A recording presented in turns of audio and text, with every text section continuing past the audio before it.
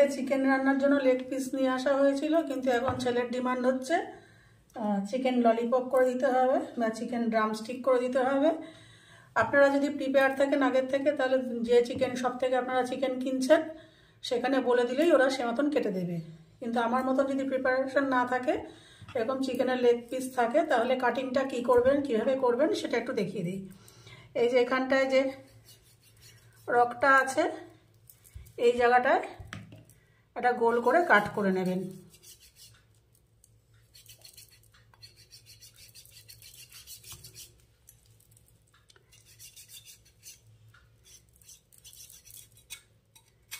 ব্যাস, এই যে এরকম একটু গোল করে কাট করে নেবেন। করে এটাকে এভাবে নামিয়ে নেবেন।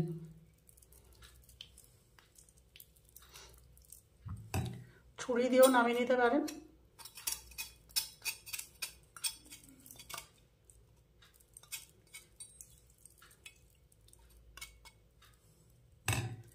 এই যে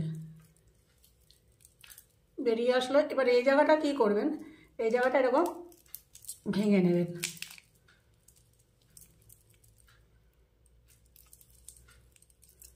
এই যে চিকেন যেহেতু নরম মাংস, অসুবিধা হয় না। যে আমার ললিপপ বা ড্রামস্টিকের মতন কাটিং হয়ে গেল। এই যে দুটোর তফাৎ বুঝতে পারছেন নিশ্চয়ই। এই পিস থেকে আমি চিকেন ললিপপ বা ড্রামস্টিকের মতন পিস করে নিলাম। এইভাবে আমি প্রত্যেকটা পিস তৈরি করে আবার ফিরে আসছি। আমি এগুলোকে রেডি করে ধুয়ে ভালো করে আবার নিয়ে এসেছি। এবারে দিয়ে দিচ্ছি 2 চামচ আদা রসুন বাটা। আপনারা চিকেনের পরিমাণ অনুযায়ী আদা রসুন বাটাটা দেবেন। সব মশলাই আপনাদের পরিমাণ অনুযায়ী দেবেন। 1/2 চামচ দিয়ে দিচ্ছি হলুদ। আচ্ছা, এবারে আমি দিচ্ছি, আপনারা যদি একটু স্পাইসি খেতে চান তাহলে এটা দেবেন, আর যদি নর্মাল না হলে নর্মাল লঙ্কা গুঁড়ো দেবেন। আমি দিচ্ছি paprika powder, chilli powder, paprika. এটা একটু স্পাইসি এবং ঝাল হয়, এটাতে একটু বেশি, একটু স্মোকি ফ্লেভারটা আসে। দিয়ে দিচ্ছি 2 চামচ। যেহেতু একটু ঝাল ঝাল, একটু স্পাইসি আমরা খেতে চাই, সেই জন্য এটা দিলাম। আচ্ছা, এবারে দিয়ে দেবো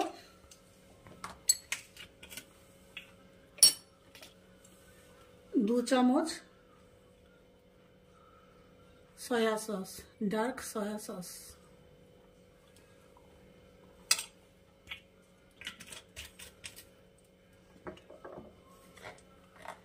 দিয়ে দেবো 2 চামচ ভিনেগার, হোয়াইট ভিনেগার 1 চামচ, 2 চামচ।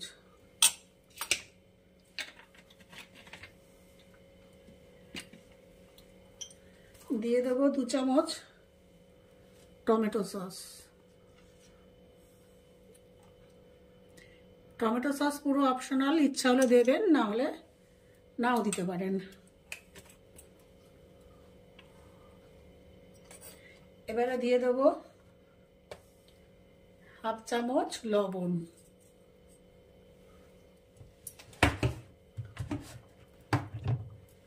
দিয়ে দেবো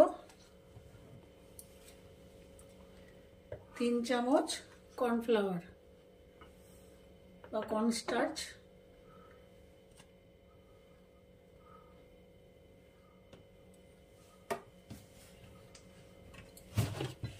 এর সাথে দেবো 2 চামচ ময়দা।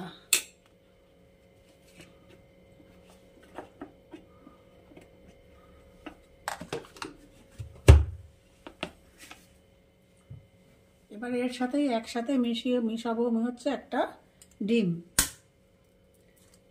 আমার মনে হচ্ছে এখানে একটা ডিমে হয়ে যাবে, তাই আমি এখানে দিয়ে দিলাম একটা ডিম। দিয়ে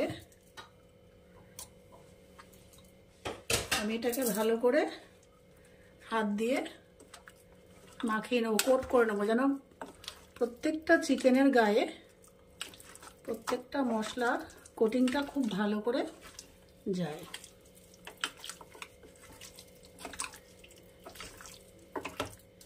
আমি কোট করে আবার ফিরে আসছি একটু ভালো করে। আমার যেহেতু রান্নাঘরের জায়গাটা কম, আমি এটাকে মাখিয়ে নিয়ে ভালো করে কোট করে ফিরে আসছি আপনাদের কাছে। আমি ভালো করে কোট করে নিয়ে এসেছি। এখানে আরেকটু লবণ দরকার, আমি দিয়ে দিচ্ছি আর হাফ চামচ লবণ। আপনারা আপনাদের টেস্ট অনুযায়ী লবণটা মেশাবেন। আর যদি মনে করেন একটু নরম মাখা হয়ে গেছে, তাহলে আর একটু ময়দা আর কর্নফ্লাওয়ার এর মধ্যে মিশিয়ে নেবেন। এটা আপাতত এখন থাক। এভাবে আমি ঢেকে, মাখা অবস্থায় ঢেকে রেখে দেব আধা ঘন্টা। আধা ঘন্টা পর আমি ফিরে আসছি পরের প্রসেসে। আধা ঘন্টা পর আমি এটা খুলে নিলাম। খুলে নিয়ে পরের প্রসেসটা হচ্ছে, আমি এরকম ব্রেড ক্রাম্প নিয়ে নিয়েছি। নিয়ে এই চিকেনের এরকম পিসগুলোকে নিয়ে আমি কোট করব।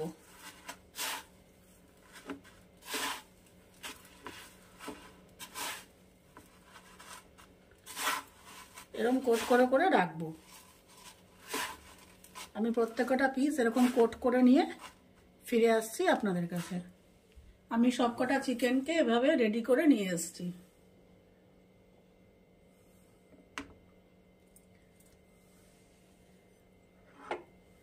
এখন অনেকেই বলতে পারেন যে শেপ ঠিকঠাক হয়নি, অনেক বড় বড় হয়ে গেছে। কিন্তু আমি তো চিকেন শপের থেকে কাট করিয়ে নিয়ে আসিনি, আমি বাড়িতে লেগ পিস ছিল, সেটাকেই কিভাবে ঘরোয়া পদ্ধতিতে বানাবেন সেটা দেখালাম। আমি একটা কড়াই নিয়ে নিয়েছি, কড়াইটাকে এবার জ্বালিয়ে নেবো। আমি গ্যাসে কড়াই বসিয়ে দিয়েছি, দিয়ে দিচ্ছি এবারে তেল। তেলটা একটু বেশি পরিমাণে লাগবে, যেহেতু এটা ডুবো তেলে ভাজা হবে।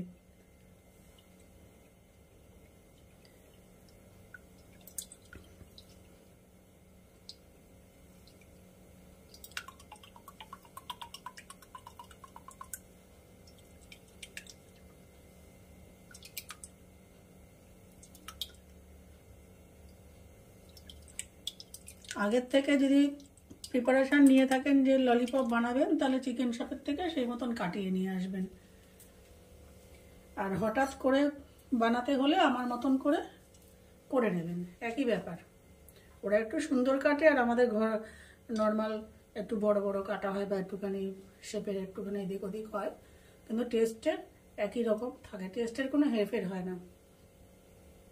তেলটাকে গরম করে নেব, তারপরে আমি পরের প্রসেসে যাব। আমার রেসিপিগুলো যদি আপনাদের ভালো লেগে থাকে, তাহলে আমার চ্যানেলটিকে অবশ্যই সাবস্ক্রাইব, লাইক, শেয়ার ও কমেন্ট করবেন।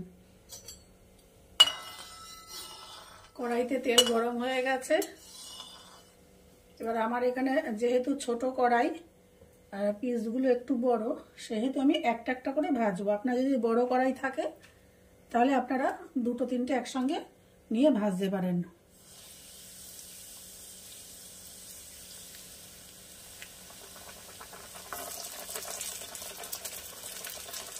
আমি একটা একটা করে ভাজবো, যেহেতু ছোট কড়াই সেহেতু।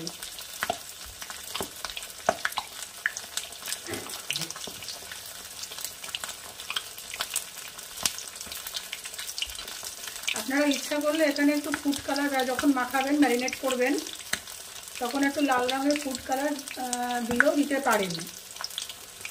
কিন্তু আমি এখানে কোনো ফুড কালার ব্যবহার করিনি, না বাড়ির যেহেতু ঘরোয়া রান্না, সেহেতু ফুড কালারটা ব্যবহার না করাই ভালো।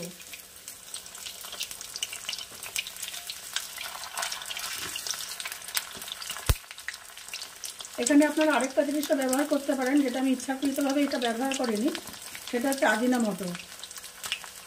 এই মাখার সময় আপনারা একটুখানি আজিনামোটো দিয়ে দিতে পারেন, কিন্তু আজিনামোটো খাওয়াটা একটুখানি অস্বাস্থ্যকর, উচিত না। সব জায়গায় দেখি, মানে ডাক্তারবাবুরাও বলেন যে আজিনামোটোটা খাওয়াটা উচিত না, অস্বাস্থ্যকর। কিন্তু হোটেল রেস্টুরেন্টে এসব রান্নায় একটু আজিনামোটো দেওয়া হয়। কিন্তু যেহেতু এটা ঘরোয়া রান্না, সেহেতু আজিনামোটো বা ফুড কালার আমি এখানে ব্যবহার করলাম না। কিছুই আসে না। ফুড কালার দিলে পরে এটা একটু লালচে কালার আসে, লাল টকটকে কালার আসে, একটুখানি দেখতে ভালো হয়, আর কিচ্ছু হয় না, টেস্টের কোনো হেরফের হয় না। আর আজিনামোটোটা আপনারা মানে চাইবেন যাতে যত কম সম্ভব ব্যবহার করতে না পারেন, যত কম তত ব্যবহার করবেন। বাচ্চাদের পক্ষে বা বয়স্ক লোকের পক্ষে, যে কোনো লোকের পক্ষে আজিনামোটোটা খাওয়া খুবই অস্বাস্থ্যকর। সেই জন্য আজিনামোটোটা আপনারা যতদূর সম্ভব অ্যাভয়েড করবেন। এভাবে আমি প্রত্যেকটা পিস ভেজে নিয়ে ফিরে আসছি আপনাদের কাছে। আমি আরেকটা দেখাচ্ছি। প্রথমে একটু এরকম করে নেবেন, তাহলে ঝট করে লেগে যাবে না। এই লো ফ্লেমে ভাজবেন, হাই ফ্লেমে দিলে উপরটা পুড়ে যাবে, ভেতরটা ভাজা হবে না। একদম তেলটাকে গরম করে নিয়ে লো ফ্লেমে ভাজবেন, একটু সময় নিয়ে ভাজবেন, তাহলে সুন্দর ভেতরটা সিদ্ধ হবে।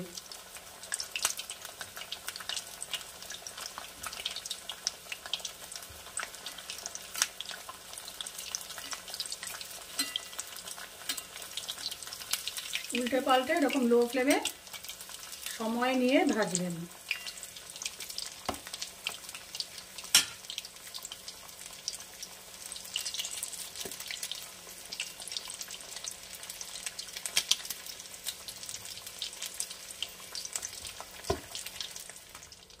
এই যে লাল করে ভাজা হয়ে গেছে, এবার এটাকে আমি তুলে রাখবো। এইভাবে আমি বাদ বাকিগুলো চিকেনগুলো ভেজে নেব।